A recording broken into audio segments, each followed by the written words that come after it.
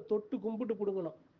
தொட்டு கும்பிட்டு எப்படி குலசாமியை நினைச்சு அந்த நாயுருவிய வேரோட 1 2 3 4 5 6 அப்படி 7 அப்படி பிடுங்கணும்.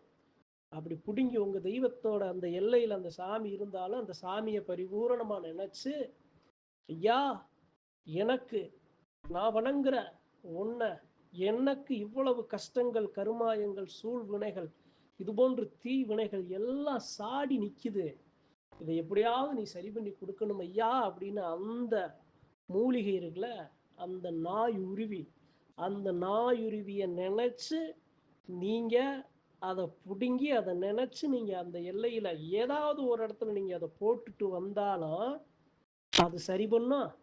இல்ல உடல்ல இருக்கு, உடல்ல ஒரு சில ஏவலா இருக்கு, கட்டா இருக்கு அப்படின்னா நீங்க என்ன பண்ணணும், அதே நாயுருவிய நீங்க குலசாமி கோவிலுக்கு போய்தான் அதை எடுத்துட்டு வரணும்.